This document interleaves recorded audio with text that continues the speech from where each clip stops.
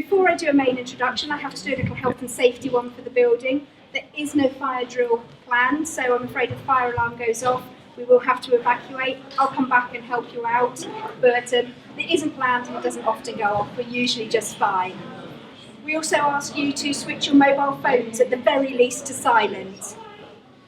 Some have gone off in talks before, and our speakers have pointed and laughed at people who've gone off. But there again, our speakers' mobiles have gone off in the past, so can I get you guys to check that your mobiles are on silent too, please? I'd like to welcome you all to this talk on how to write your novel.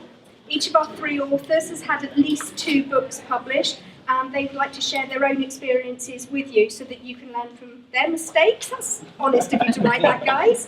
And occasional small fortunes. That's the bit that we want to hear about. Local author Adrian is the gentleman on the end in red. He's the creator of the Spirits and Shards saga and has also released a 60s spy novella entitled The Golden Years. And it's thanks to him we have this event today. He has been the driving force in organising it, so thank you. American author Brad Walseth has moulded his career around writing. He wrote The Courier about 20 years ago and has just released Crystal Falls. And then our third well-travelled author is David Lawrence Young, who has come in from Israel for us today. So it's a really international panel here. David writes meticulously researched historical fiction, much of his work concerning Shakespeare, and he also has a deep interest in Henry VIII. But I'm going to hand over to these guys now and leave you in their capable hands. So thank you very much, guys. Hello. I'm probably the least experienced author out of the 3 of us, so I figured I'd start first. But any of you that might be starting out the writing process knowing where to begin at the very basis, I thought I'd talk to you through my own meandering experience in the hope that it might help guide the writing a little bit. Now, I actually self-published my first novel in June 2012. I actually started writing back in 1998. I actually started out thinking I was going to be a comic book artist for the longest time. I used to spend ages drawing my favourite characters and eventually started creating my own original characters. But after a while, I started to realise I was spending more time writing about these characters than I was actually drawing them. I suddenly realised I spent the last few years doing completely the opposite of what I actually wanted to do. I was actually more interested in creating the worlds, writing about the worlds, etc. I then sort of hit a stumbling block with that, though. I'd start till 3 o'clock in the morning, handwriting in notebooks, and sort of the only times where I could find peace and quiet. But I had no idea of the structure of a novel. I had no concept of plot, pace, character, concept, anything like that. I just had an idea that in my head was really cool. So I kind of put it aside for a few years. And then around 2000, me and a friend were working on Star Wars fan fiction, and I created this completely new character, a completely new scenario, and something just clicked in my head, and I said, this is the story I'm going to write. Changed it, set it in my own world, and spent just over a year writing a trilogy of screenplays. Tried to shop the first one around, no success whatsoever, as you probably imagine. A few years later, I looked back at it somewhat objectively, realised they were quite bad. There were some good bits in them, but they emulated the source material a little bit too much. So I then spent several years conceptualising, thinking, how do I take ownership of this? How do I make this something that's completely unique to me, something that I haven't seen done before? I came up with more concepts than I can even remember. I filled notebook after notebook. I probably got at least a dozen notebooks completely filled front to back, just full of various ideas and concepts. And I thought, this is no good. I've got too many ideas here. I need to distill this down. I've got too many characters. How do I create something simpler, something I can concentrate on just that and just release that? And I thought, I need to do something different. I need to move away from this. This side was too big. So I came up with something that was inspired by my own life, by some of the difficult situations me and my wife had actually been through, and used that as a little bit of a core for the story. I figured it was something relatable that people might appreciate, and started to build more fantastical world around that, bringing in elements of what I consider science fantasy, which is like science fiction but with more fantastical elements. Once I started writing that, I suddenly realised that could be the beginning of this massive series.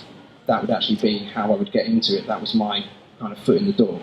And that would actually allow me to set up events for the future of the saga. It also set up backstory events that I could reference later on. But it gave me one small area of the story to concentrate on first and foremost. And I think when you're writing a story that big, that complex, that is the most crucial thing to start with. Worry about that first story first. Don't worry about anything else. Don't get too concerned with world building. Just worry about telling the best story you can tell. And that's another thing I always talk about, actually, is writing the best story that you can tell. Because you absolutely cannot guarantee the financial success of any piece of work you write. But as long as you write the best novel you can write, 10 years later you can look back and say, it may not have sold many copies, but I'm proud of that. Rather than just writing something, some commercial thing that you think might sell, whether it has success or not, you might look back at it later and completely regret it. Even once I'd established what my first novel was going to be about, it still took me 10 drafts to figure out what the actual story was going to be. Sometimes you have an idea in your head and it may seem fully formed, but once you sit down in front of the computer, in front of the notebook, whatever, and start writing it, you suddenly think of about 20 new ideas that never occurred to you before, and you suddenly realise some of the ideas you had aren't actually going to work on the page. So you have to completely rethink how you're going to do it. You have to be brutal with yourself. If you know something's not working, you know it needs to be changed. Odds are you need to change it. Sometimes you might need to ask someone for advice for that. And one of the best sources I found for that was actually writing groups on Facebook. Now, I don't know how many of you use Facebook. I imagine the vast majority of you probably do. But for me, when I was first starting out, feedback was probably the most crucial thing you could ask for. People were brutal. Sometimes in Facebook groups you will find people who are complete and utter bullies who will knock you down and then kick you while you're down. There is petty jealousy that does go on. I actually did leave the first Facebook writing group I joined as a result of bullying. But I later came across another group called Fiction Writers Group, which has actually helped me immensely. Actually, recently, members of the group helped me design the cover for my latest novel. They were immensely helpful in that process, and I'm incredibly grateful to them for that. Bear with me a minute. One of the things I learned from looking on the fiction writing groups as well was people would often discuss elements of the writing process, and they would say, what makes a good novel. And it was something I hadn't ever really thought about before. But when I sat down and thought about it, I suddenly realised for me it's three things. It's what I call the holy trinity of storytelling, which is character, plot, and concept. And the most important of all of these is character, because no one's going to give two figs about your plot and your concept if you haven't got good characters to ground the story around. Which again is why I felt, even though the core of my novel to me felt a little mundane, being based on my own life, because it was relatable, it was something people could buy into, I formed the characters around that, used my own experience to form those characters. Actually based some characters on some of my friends as well, some of them flattering, some of them not so much. And for me it just helped me ground the side a little bit more. It helps keep you on track a little bit and just sort of makes the whole process a little bit smoother.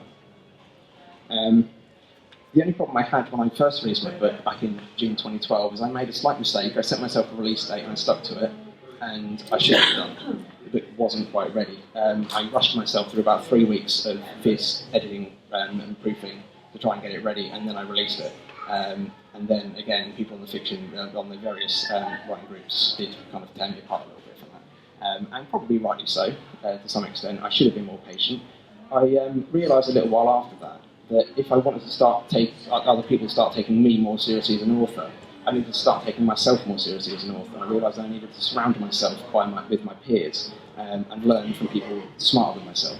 So last year I went to the London Book Fair, and the first time I've done it. First 2 days I didn't really feel like I belonged there, because the London Book Fair has only recently started really opening its arms to authors. It's more of a professional show, it's more about publishers and industry professionals, etc. But they've begun to realise that authors are a rather important part of the process. After all, if it's not for us, what are they going to sell?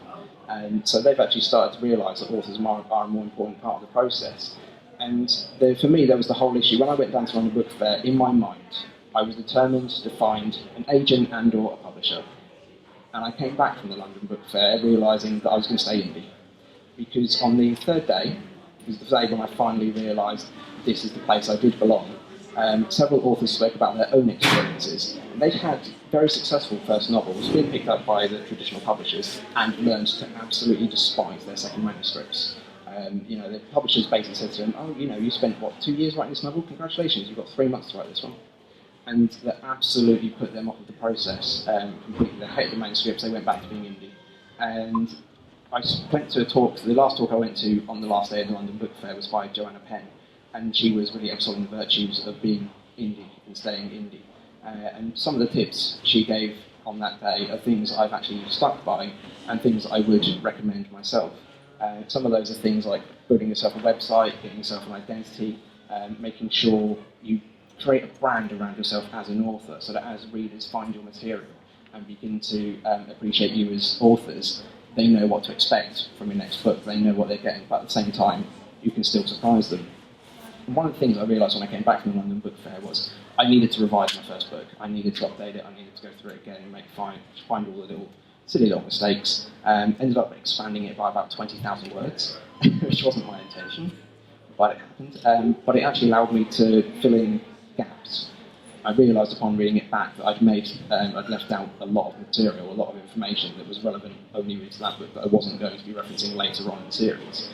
So it's an opportunity to go back and kind of fix mistakes. I also hired a proofreader this time round, which is what I should have done first time round, to actually go over it. And I was very relieved when she came back to me and only found 4 mistakes and made one suggestion in terms of editing, which was a huge relief for me.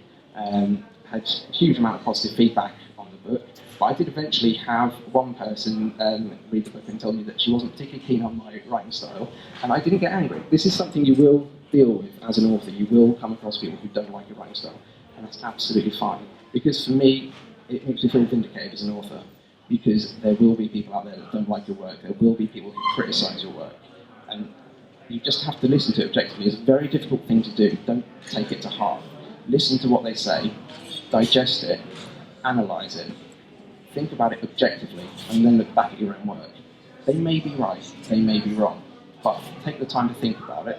Perhaps ask other people for opinions. Again, if you go on Fiction Writer Group, if you go on various other Facebook writing groups, or even local writing groups that you might find, ask other people for their opinions, see what they say, and then decide for yourself whether you think they're right or wrong. I have known people to give me feedback, negative feedback, and they've completely misinterpreted the material. That's absolutely fine. It happens all the time. I believe it happens with one of David's novels as well. Someone gave me a negative review on Amazon. It was because they hadn't researched the material they were reading as thoroughly as David had. So they'd misunderstood a common misconception that he'd got right. So he was actually, again, it vindicated him as the author for doing the research that he'd done. I think I'm pretty much going to sort of round off my own talk there, so I think I've probably rambled on for long enough. And I've kind of rambled off a little bit, and I'll pass you over to Brad.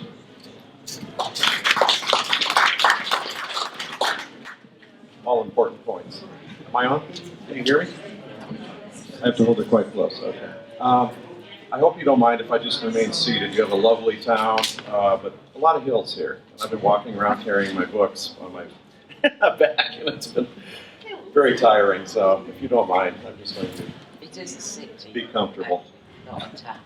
I'm sorry? It's a city. It's a city, not a town? Okay, I'll take that back to America with me and make sure.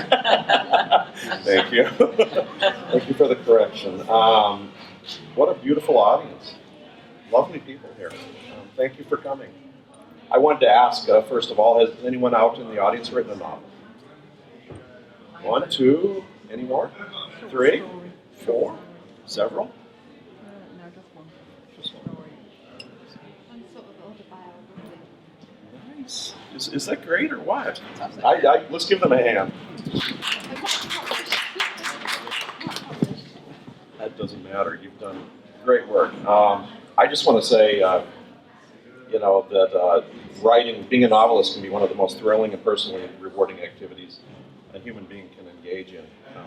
May not be financially rewarding, but and it involves a level of sensitivity, creativity, commitment, and courage that is not found in most people.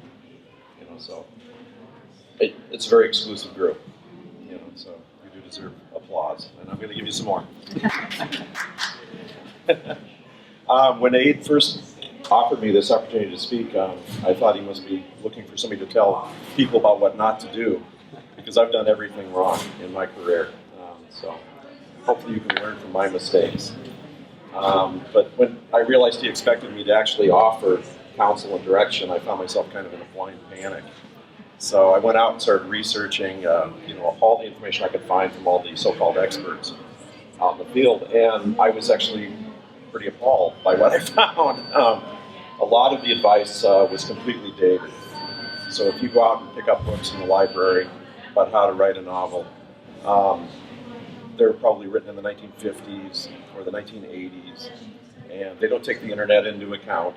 or all of the changes that have occurred in publishing in the most recent years.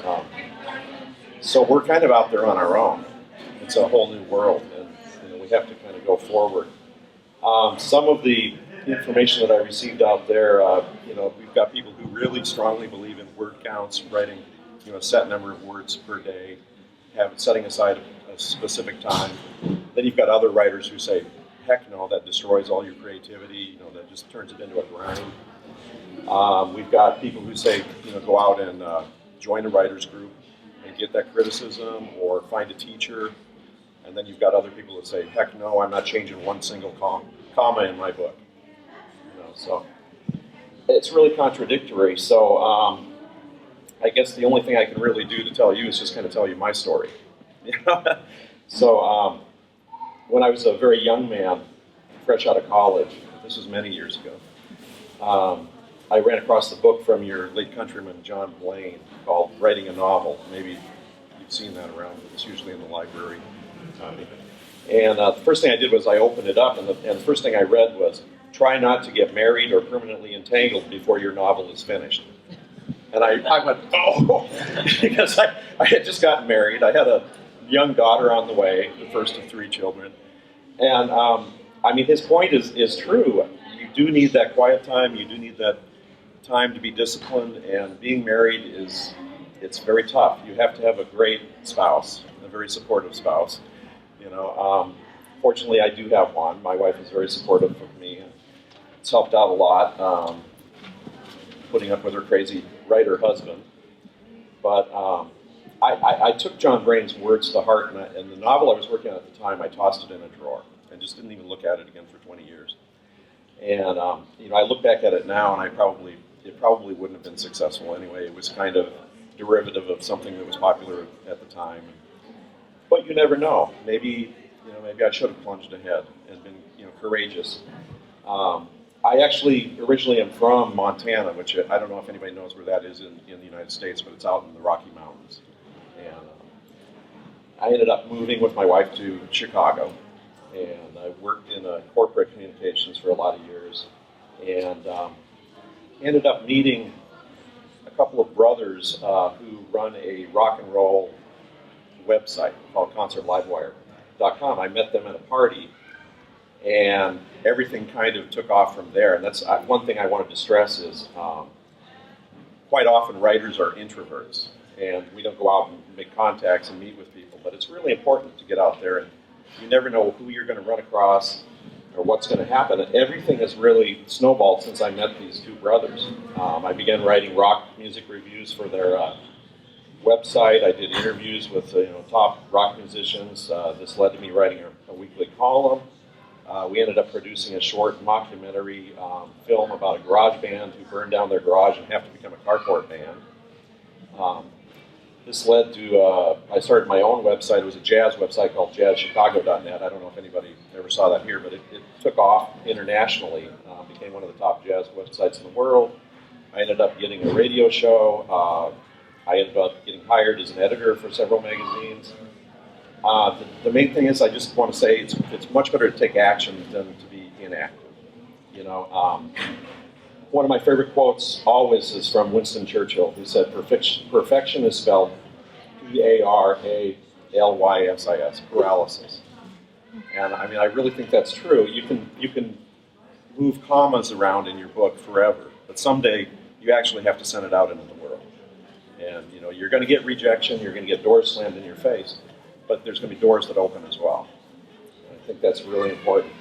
That stop writing sometime. You can always edit it later, but after you hear back. But you've got to get it out there. Another tip is when you receive an opportunity, seize it. I've got friends who have been offered fantastic opportunities, and just for some unknown reason, they turn it down. There's chances that I would have, crawled over broken glass to get. More than 20 years ago, I had a Hollywood agent who offered to represent me if I would change the ending of my black comedy to give it a happy ending. And I said, hell no. And it took me years and years later to become published, and I still don't have an agent. So I've been kicking myself because I probably could have said, okay, I'll change it, and then later on, kind of well, what if we do this? But I didn't know any better then. Through the years in fiction, I wrote primarily short stories. I wrote several screenplays. Probably close to 15 years ago, finding it difficult to find anyone in Hollywood to read a screenplay, I converted one of my screenplays into my first novel called The Courier. And there were a lot of formatting errors and typos in that, and when Amazon came out with the publishing option, I was working with a bunch of editors, and we were all real competitive with each other, and we said, hey, let's write a novel and put it up there. And I said, oh, I've already got one written. So I just threw it up there. Later on, I found out, oh, you've got all these typos and stuff in it. So, but I have gone back and corrected that. So, but that's very important too. Just make sure your work is really, pristine and as good as you can get it. Then my path to become a published novelist occurred a few years ago when the housing bubble burst. I was laid off at the magazine. I shut down my website, and I was just kind of had nothing to do it. And so I said, well, I'm going to give it one last chance. I'm getting old. I probably don't have a whole lot more, times to do this. So, this talk is supposed to be about developing your ideas. So I guess I'll just go ahead and tell you how I did it.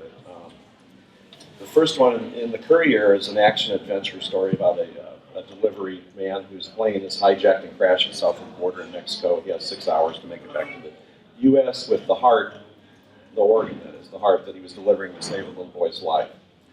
And I set that up as kind of a writing exercise because I thought, what if you gave somebody a time limit to do something? That really seems to drive the whole impetus of the story forward. So it's a very straightforward, sort of writing. The hero has to get from point A to point B, overcoming obstacles, villains, time, and nature itself. But the trick is how to make the story more interesting than that. So I chose to add backstories, not only of the hero, but the boy who needs the heart, his mother, the doctors, the villains. And that's another thing, is the villains, even though they're evil, so to speak, they do have a heart themselves, and they're doing this from their own motivation.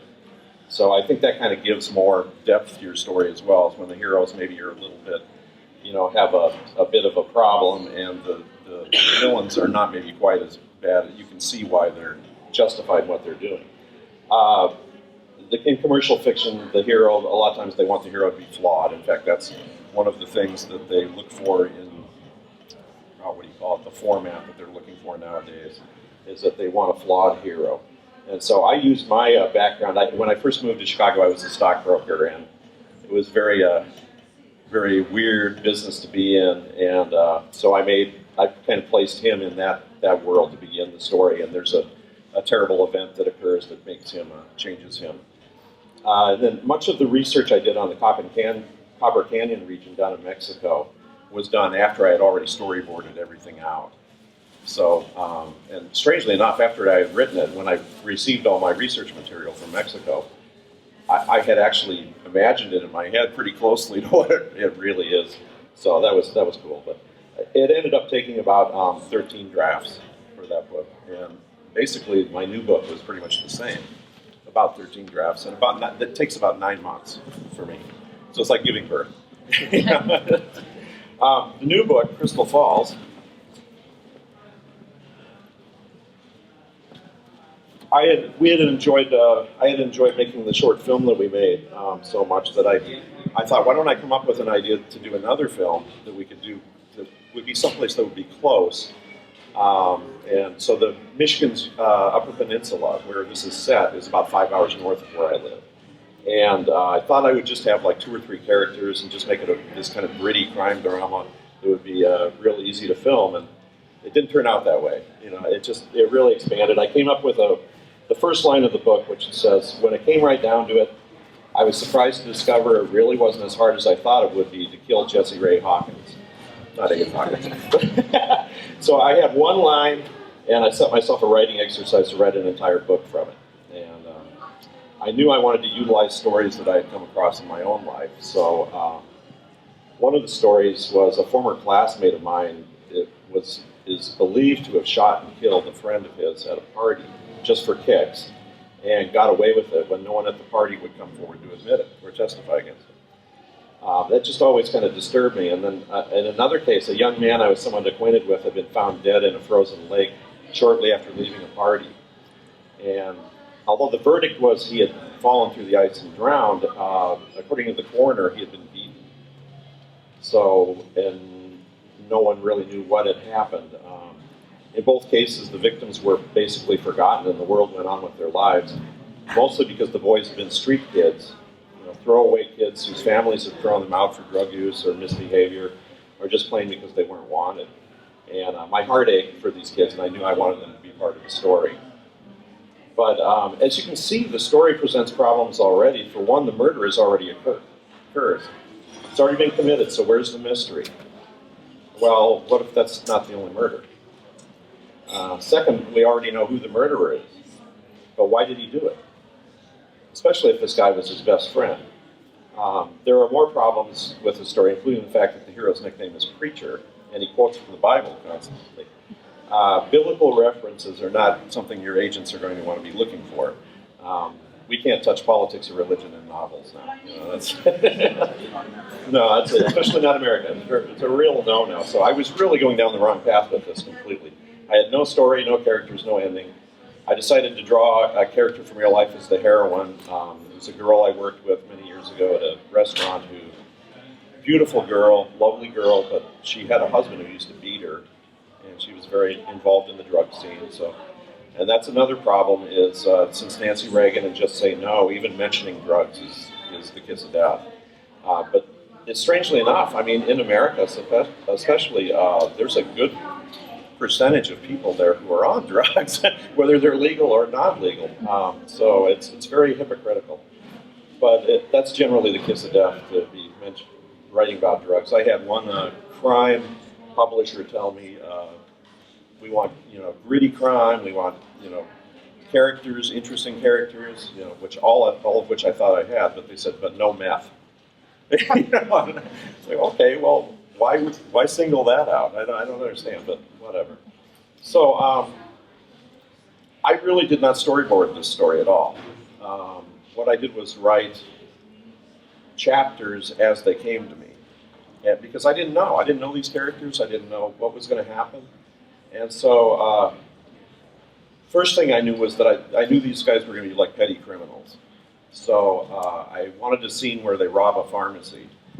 And I wanted it to be like real short sentences and real action and just quick in and out, because that's a smash and grab sort of a thing. So that was the first thing I wrote.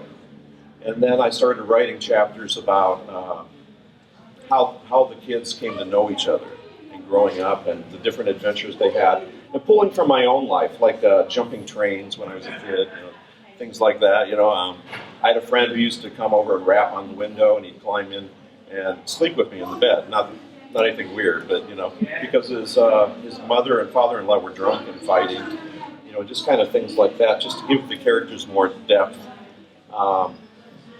But as I was writing these chapters, it was interesting to me to learn more and more about the characters. And even though it was kind of coming out of order, it wasn't chronological. It was like peeling an onion, and a lot of the chapters are very sad, so you were getting the tears as well. But I found that fascinating, and so when I actually compiled this book, the chapters are not chronological, and they do move forward and backward with flashbacks, which is another no-no.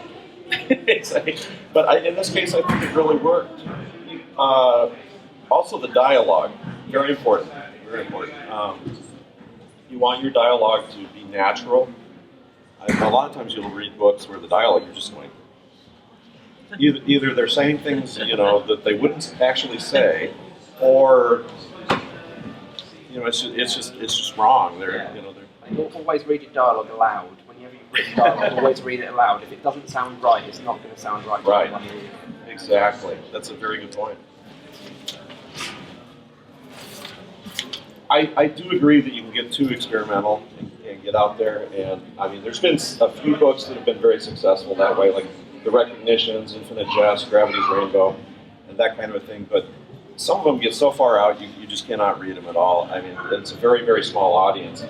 In my case, I was experimental, but I tried not to go so far out that you couldn't understand it. You could still follow it. My wife, who just reads basically commercial mainstream fiction, read it and had no trouble following, because the chapters, as the voice comes out, you can pretty much tell who it is. And I try to make sure it's clear that where you said it, you would understand where it is in the place in the story. I just kind of want to finish up with, I read a book recently called The Black Swan. I don't know if anyone has read that. Anyone? Yeah, interesting book, huh? Kind of turns the way you look at the world, doesn't it? Yeah, I mean, it's one of the basic premises is that experts are really not experts because they really cannot predict what's going to happen in the future. I mean, we could turn around tomorrow, they're going to invent holographic novels that are going to need a whole different way of writing for them. Or maybe tomorrow terrorists take down the entire banking system and we have to go back to writing in pencil on notebooks.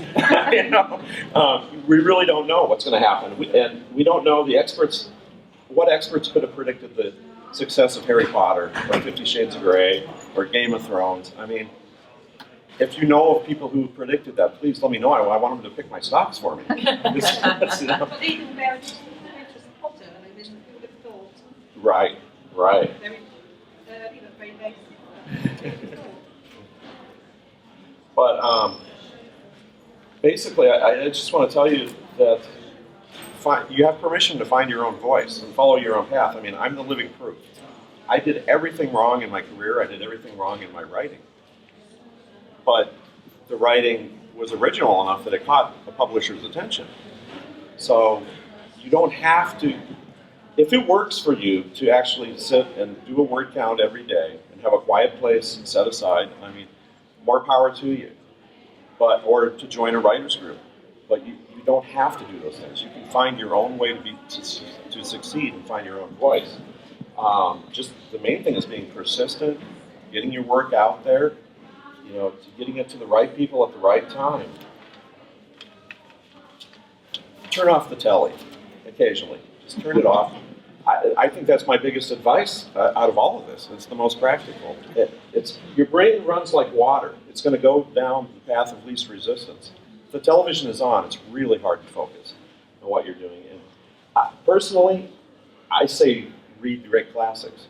You'll learn so much about theme and plot and character, how it's handled by Dostoevsky or Virginia Woolf or Stendhal or Shakespeare or Conrad, Pynchon, all of these great writers. Flesh out your theme, use events from your own life, develop your characters using the people that you've known through the years, and make the characters so that the reader will really care about them. Love or hate. Take advice from people, but understand that no one can predict the future. No one can understand what you are trying to do as well as you do.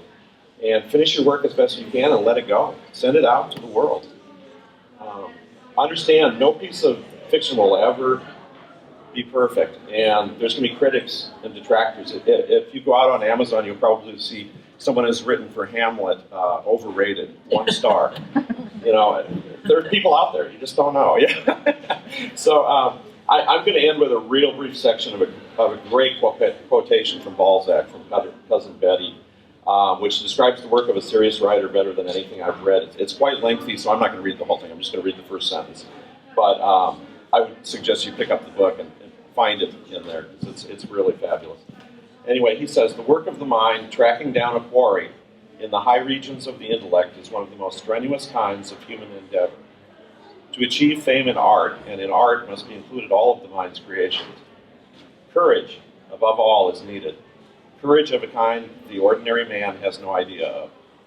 So with that, I applaud you for your courage and encourage you to be confident and courageous in your art.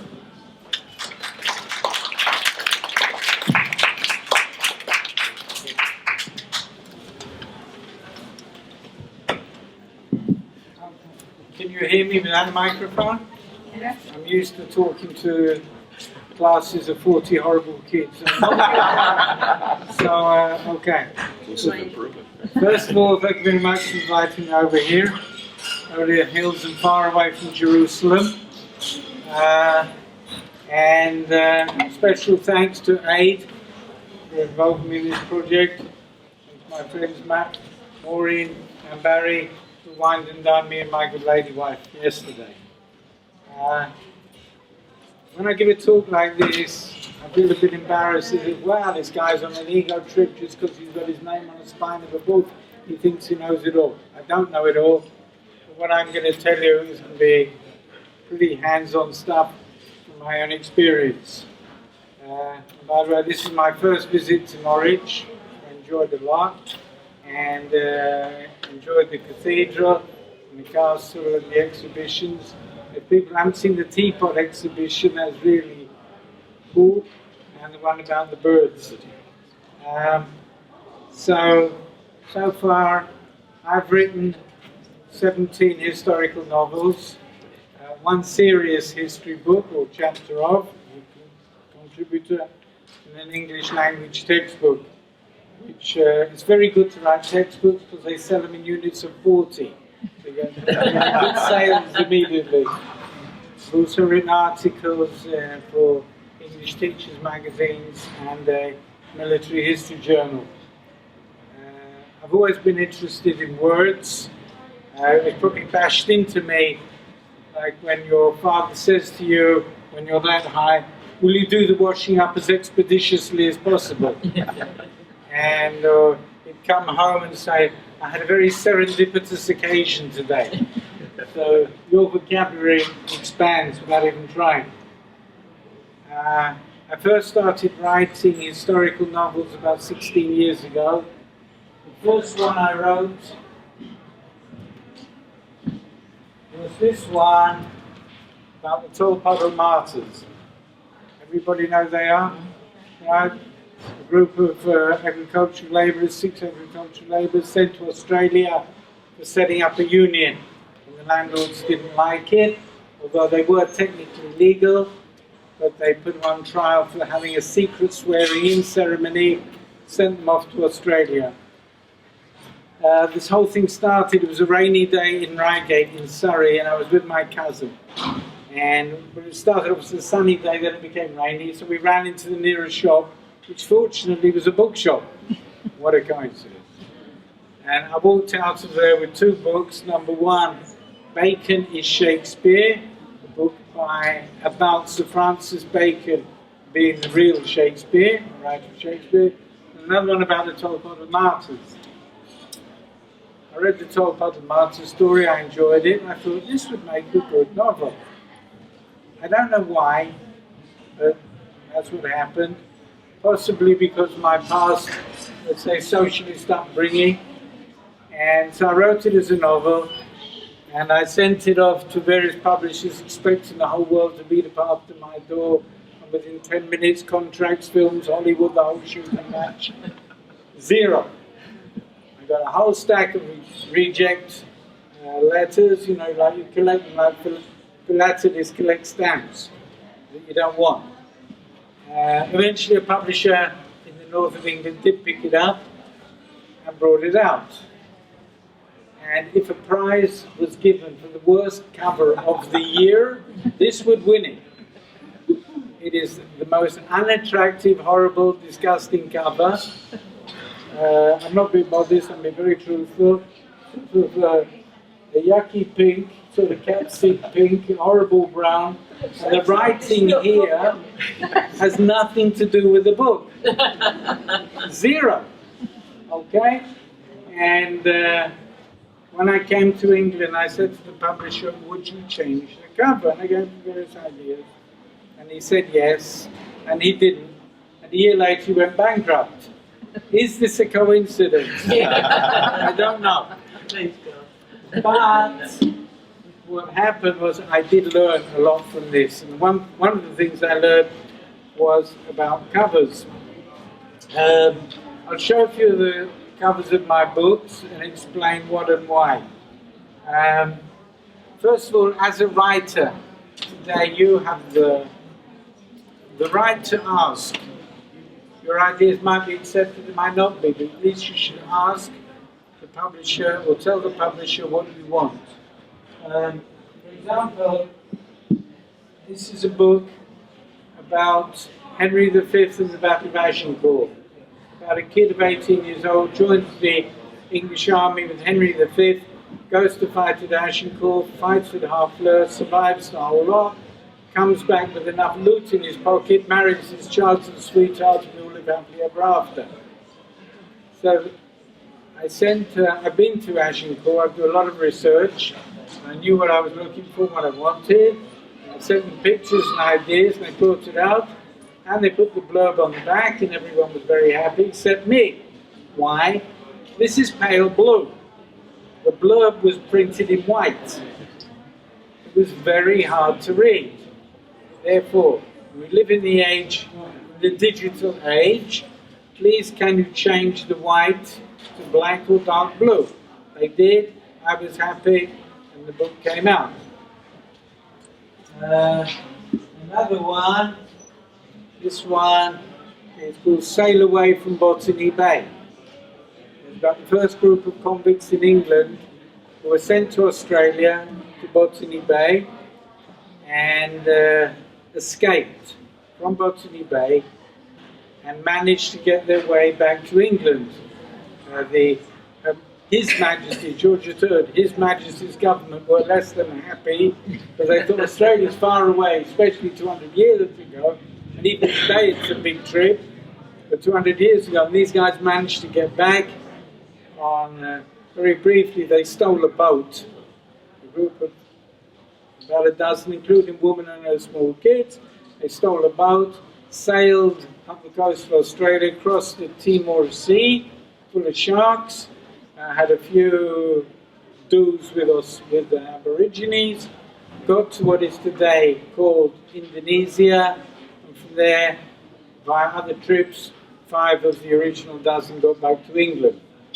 So there's all sorts of exciting adventures. This is a true story. And the original cover had 5 or 6 of them in a boat, sailing on something as calm as, say, Regent's Park in London. All nicely dressed, very, very nice. I said, no, these guys got to be scruffy, they're ex-convicts. And there's seas and storm and everything. So we batted it about through email and attachments, etc. And I was quite happy with the final results. This one is a more serious book about Henry VIII's 4th wife, Anne of Cleves. And the story of Anne of Cleves is after Henry VIII's 3rd wife, Jane Seymour, dies. Henry is a bit lonely in bed. And for political reasons, he marries Anne of Cleves. As soon as he commits himself to marrying her, because she was her country, Cleves, which is somewhere between Germany and Holland, pro-Protestant. And as soon as he sees her, he doesn't like her. But he can't just say, sorry, go on out, get out of here. So he marries her for 6 months. And at the end of 6 months, he says, listen, darling, I will give you £4,000 a year, which was a fortune. Plus all the gold, silver, pretty dresses, jewellery, and everything you required, and off you go. So she agreed, stayed in England, had a good time, outlived him, and so I took the original cover that Hobain painted to make the cover, and with our Henry in the background. And then another aspect is you must make sure that the spine of a book is clear, okay? Because it is very often the spine that you first see on the shelf of a book in a bookstore. Okay, you don't usually see the book front on. So you must make sure that the writing is clear. One of my other books, the publisher brought out very curly, fancy writing, which he thought was Tudor. It might have been sort of Tudor, but it was illegible. And someone who comes into a bookshop has only spends a few minutes looking at each book, if that. And then the same publisher, GMTA, brought this out, asked me to write another one, and I wrote this one about Catherine Howard, Henry VIII's 5th wife, who today you would probably describe as a bimbo, who was friendly with the guys at court. You can find friendly however you like. And Henry was more than annoyed when he found out. And after about 18 months on the throne, her head and her body were separated. So I suggested a cover like this. The publisher agreed, and then we had a problem. We don't know what Catherine Howard looks like. There are pictures, as they say, this is Catherine Howard, and others say, no, it isn't, it's this one. There are no definitive pictures of Catherine Howard. So we decided to take a pleasant, maybe sexy lady, put her on the front with Henry, and it's the same style. So if anybody enjoyed this, then this was the same style. Makes it easier to choose. Just by the way, I'm absolutely amazed. This book on Amazon.com, the Americans are much more forthcoming than the British. I've written about 110 reviews on it. Most of them, fortunately, are good. And written quite a few reviews on this one. And one of the reviewers, as you said about negative remarks, said, this guy doesn't know his history. This guy doesn't know his grammar. I've been teaching English grammar for 45 years, and I think I do know it. And anyway, it's not Catherine Howard. Of course it isn't Catherine Howard. Nobody knows what Catherine Howard looks like. Another question of covers, and this time the publisher didn't listen to me at all, brought out a cover which I think is better, in my idea, was this one. 6 million accusers capturing Adolf Eichmann. If you remember, in 1960, the Israeli Secret Service found out where he was, purely by chance, in Buenos Aires, and managed to smuggle him back to Jerusalem where he was put on trial. So they brought out this cover, which I think is much more dramatic than the one that I chose. But the moral of the story is, yes, you, as an author, have the right to ask and approve or disapprove, and usually the publishers will agree because they know that you know your book better than they do. Normally they don't read the whole thing. Either they'll give it to somebody else, or they'll take it from your synopsis that you say with the book. Okay. So another question is, why do I write historical novels? I've written 4 about Shakespeare and Marlowe. And there are 2 reasons. First of all, I love English history. I love military history, and I love Mr. Shakespeare. That's number 1. Number 2, I was an English and history teacher, as I said, for over 45 years. My career started in 1967 in Sunderland. And when I taught the kids in class, and the final lesson before I finished, I started in 1967. They looked at me, were you living in a cave? Did they have electricity? Were there cars? So I think it's the pedagogical side of me as a teacher that comes out, but I'll say a bit more about that later. Anybody here thinking or actually writing a historical novel? Right. I'm very keen on history. I've got a BA in medical history and a BA in English literature, so I'd like to combine the 2 Uh-huh. to do a sort of medical history thing. Maybe take a famous English doctor. Doctor, yeah. Or nurse. Or nurse. I'm very interested in the plague area. Uh-huh. That would really So first, a bit about writing I like best is the writing and the research. And I'm very pedantic about this. If I write a fact, I want to get it right. If I write to you, and then William the Conqueror came over, landed in Hastings in 1065, you're going to go, this guy doesn't really know what he's about. So you do not want to lose your reader's credibility. I'm lucky, I've got a good library at home. Occasionally you see a wall in my house where there isn't a book. I've got a lot of encyclopedias and also Google, and if necessary I'll phone up somebody to get the facts right. I wrote a story about William Rufus, William II, who was killed in the New Forest. in an alleged hunting accident. It's never been worked out as an accident or not. And I wanted to describe the forest. And I've got a friend in England who lives near the New Forest, and I wrote to him, and he's also into ecology, biology, trees, anything that moves on four legs. And I said, do they have the following sorts of trees in the New Forest? And he said, yeah. So it's very important to be, if you write a fact, it must be a fact and not, if you're not quite sure, or you can write, you know, in the late 90s, if you don't know if it's 98 or 99. But if you write a fact, it must be correct. And as for the pedagogical side, even though I had the world's most boring history teacher for O-level and A-level, I love history, and about writing up history. I mean, I could write it up as a standard history book. I prefer to write novels. There's a story of an old Lithuanian wise man called the Dugno Magid, and he always told things in parables. And one of his parables was, one day Truth is walking down the street, naked, the naked Truth.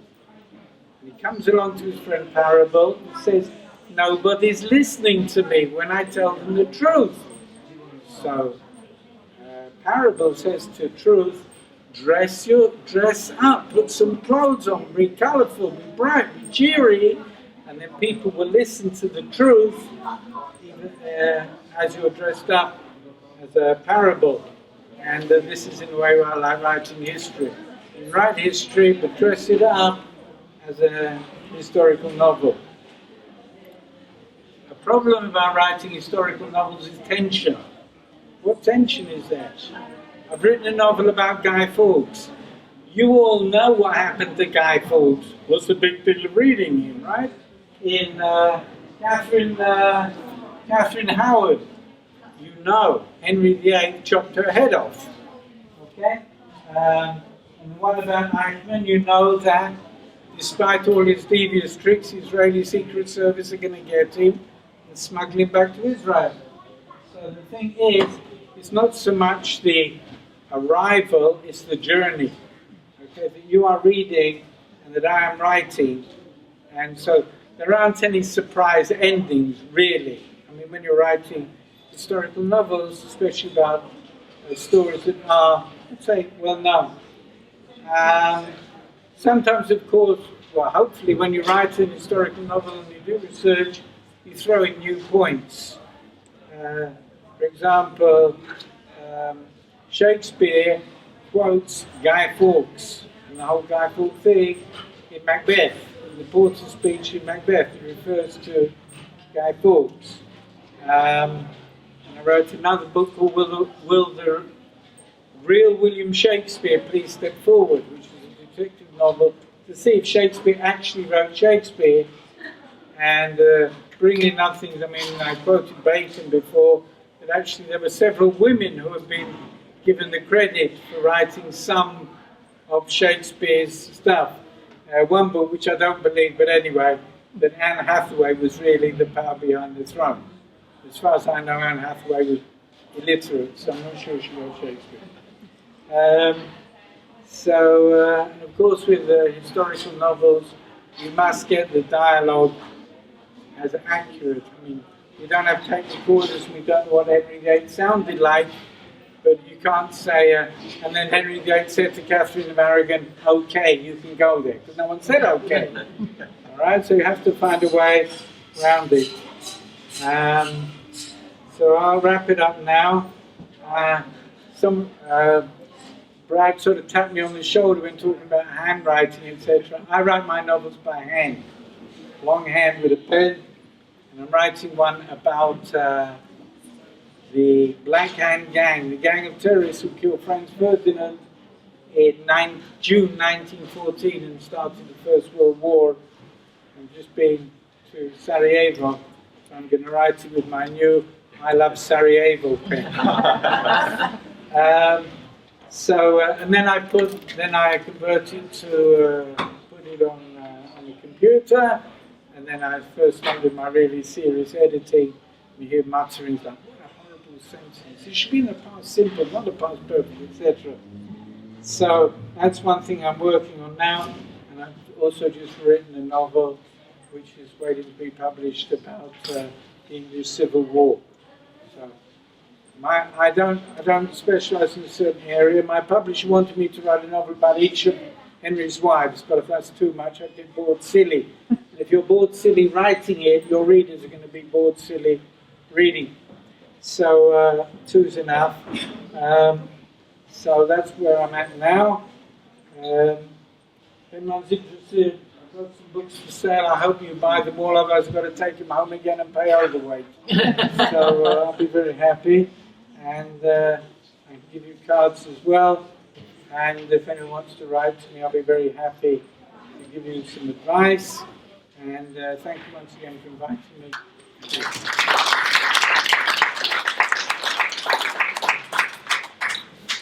Now open up to you guys for Q&A. So if any of you guys got any questions you want to ask, please feel free. Something I've just suddenly thought of, really. If you download onto your iPod or whatever, do you as an author get anything from it? Yes, we do. We get royalties from Kindle. Any sort of publishing platform you use online. They all have different levels of royalties and things like that. But if you are publishing digital material, always go for Kindle first, because that's the first thing people are going to go for. When you look at the various markets, the advice that Joanna Penn gave me again was A, go for Kindle, B, go for the American market. Most of my sales, even though they're about English history, to my surprise, have been in the States on Kindle. It's getting bigger every day too. That market is just really expanding. Well, the Americans have to borrow our history for that far back. They don't have We'll have to discuss that on the brand. What kind of things would you need to do for self-publishing if you didn't want to go for an agency? Because Kindle really has changed the landscape of how publishing works nowadays, it is a bit of a double-edged sword. On the one hand, anyone can release anything which is good, but on the other hand, I have read some terrible books that have been self-published. So the most important thing with that first is self-discipline. The software I use is a program called Scrivener, which I would recommend to anyone here who writes on a computer. It's absolutely fantastic. You can break everything down into folders and individual files, and if you for editing, it's an absolute godsend.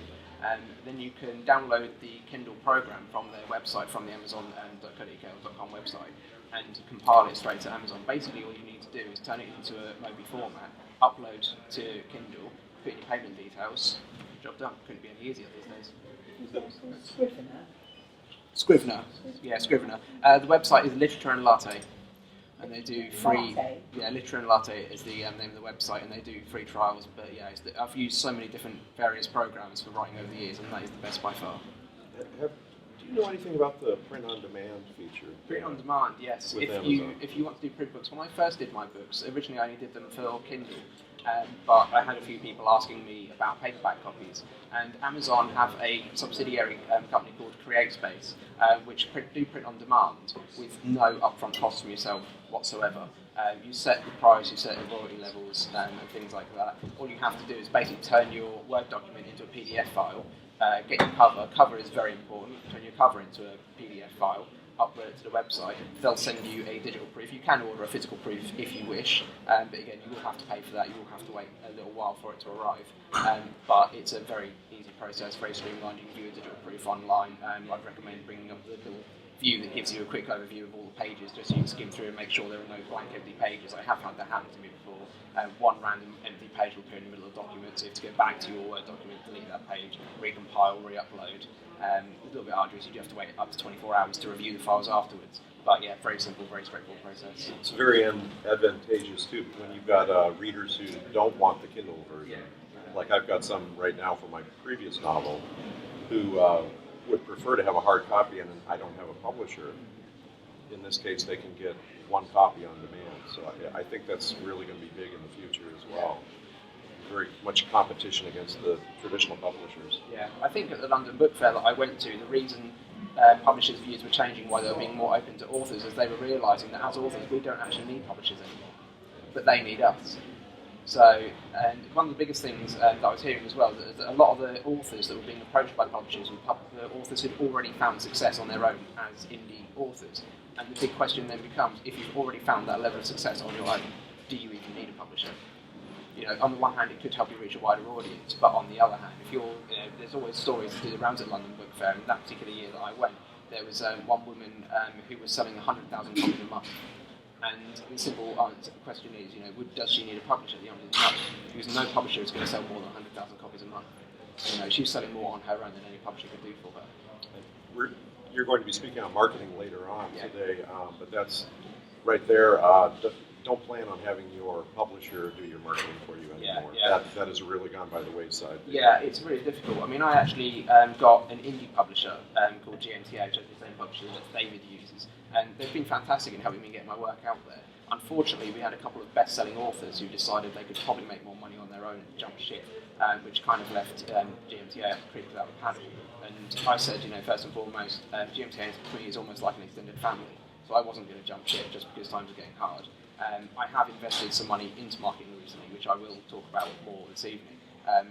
But it is important to know that when you write a novel, if you really want to get it out there and reach people, you're not going to have to just invest time, you are going to have to invest money.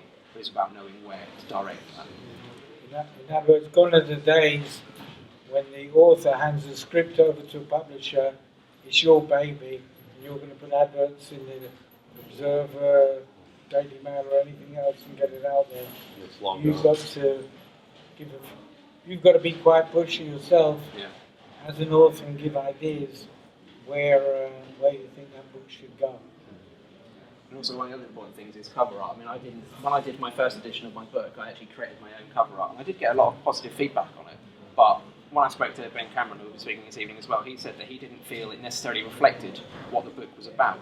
And I got in contact with another author who'd had a fantastic cover commissioned by an artist called Christian Poper, and I commissioned him to do me a new cover, and he did me that. So you can see much improved, looks a lot better. I still did the text designing myself, but again I got feedback on that. Originally I didn't know what colour to make the text, and it was actually Alex Hurst who said to me, make the text white and give it a blue underdrop. So about using the blue of the shoes and actually creating the blue text. And it was a fantastic suggestion, it works brilliantly. But yeah, I paid, I think it was about $300 to have the cover commissioned. I'm getting a new cover done for the Golden Years at the moment as well, which hopefully should be done in the next few weeks. But yeah, it's definitely worth investing in decent cover art, because again, that's what people are going to see. That's, it is, you know, isn't it? jump out I to. agree, because it's like choosing anything, like a dress or anything that you've scanned, and I scanned certainly, and if it catches my eye, there's something I'm probably interested in, then I'll take it off the shelf. Exactly, yeah. If that's just dull and uninteresting, the book, the content might be interesting, but actually, if you're choosing a book, it is the spine, like you said. Yeah, often the spine, often the cover, yeah. I also think there's a question of titles, not just the cover. For example, Sail Away from Botany Bay. Yeah. It sort of flows nicely. It does, doesn't it? Okay? And Arrows over Agincourt using alliteration. And tricks like this. I mean, Shakespeare's been absolutely pillaged for quotations for covers, etc. By the way, titles are not copyright. If you want to bring out a book and call it Hamlet, or Macbeth, or Twelfth Night, that is perfectly okay. Someone might think we're trying to pull a fast one, but titles are not copyright. It's interesting actually, if you're writing a book, I've had this question online quite a few times. People say, can you quote song lyrics? The answer is no, you can't, because song lyrics are copyrighted, but the title of the song is not. You can mention the song, but you can't actually quote the lyrics.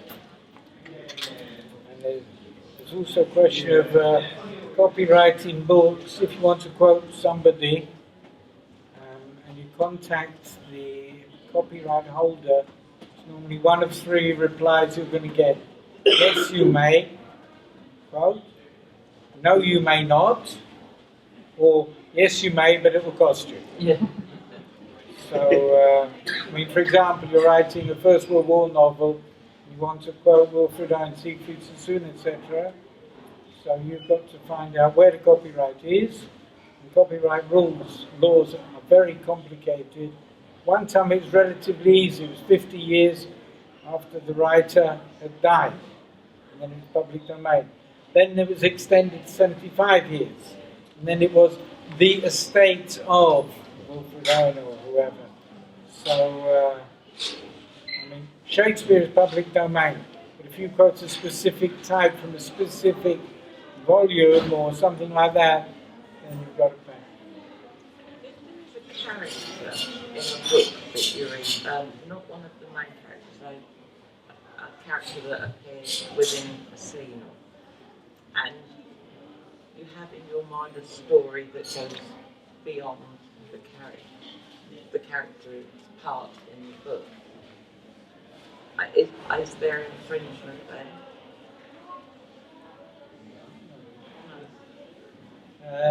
They say if you want to describe somebody, especially if it's going to be a sort of a local thing. Let's say you're writing a story about Norwich and you quote a story about someone who's well known in Norwich. You don't write their name, but you describe them so much that everybody knows who it is. You might find yourself being sued.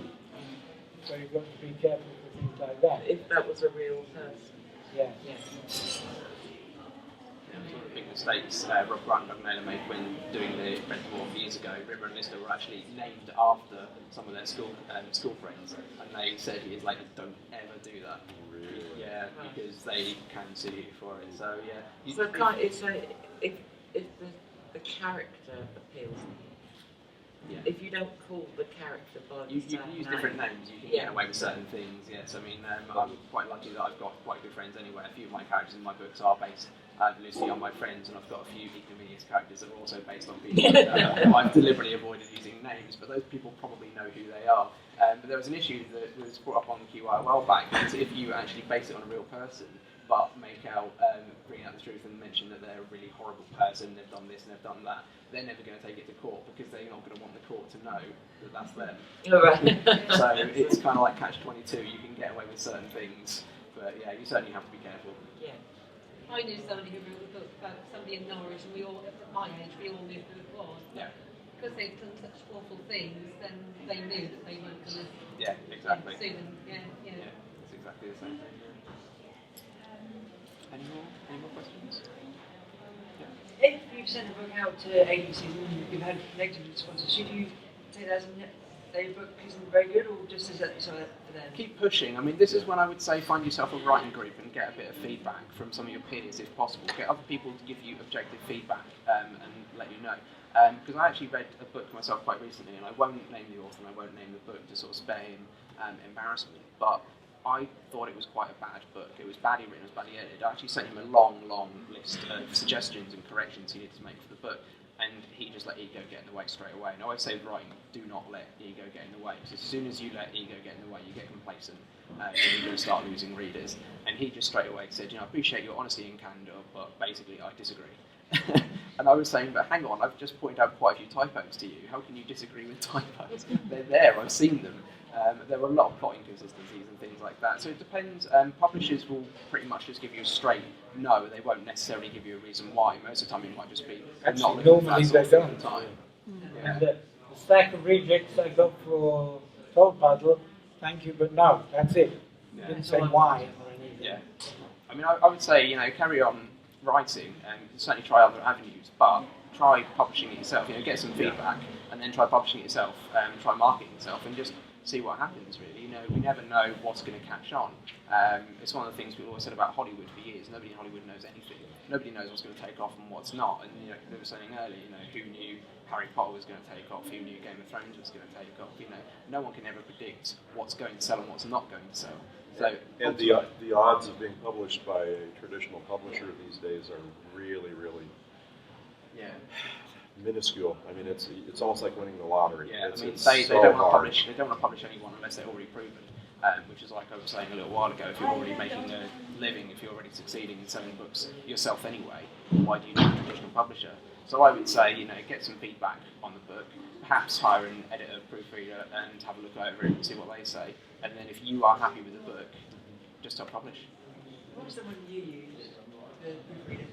The proofreader I used was someone in America. I can't actually remember what her name was, but I think I've got her on my Facebook. You can get people friends on Facebook for information. I've not read Yeah. it myself. Sure. But You wrote it under a pen name. James, isn't it? Something James. James, yeah.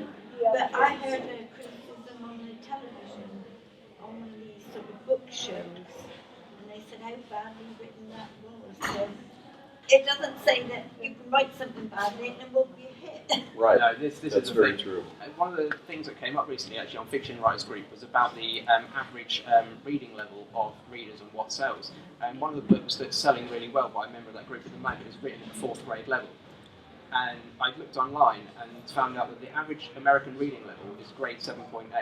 And you can actually take excerpts you're writing and put it into websites, and it tells you what reading level your text is. And various paragraphs or various chapters of mine came out anywhere between 7 and 12, depending on what it was. And I thought to myself, I'm not going to dumb the book down, because in this age of Kindles, they've got built-in dictionaries. People can just click on a word and find out what it means.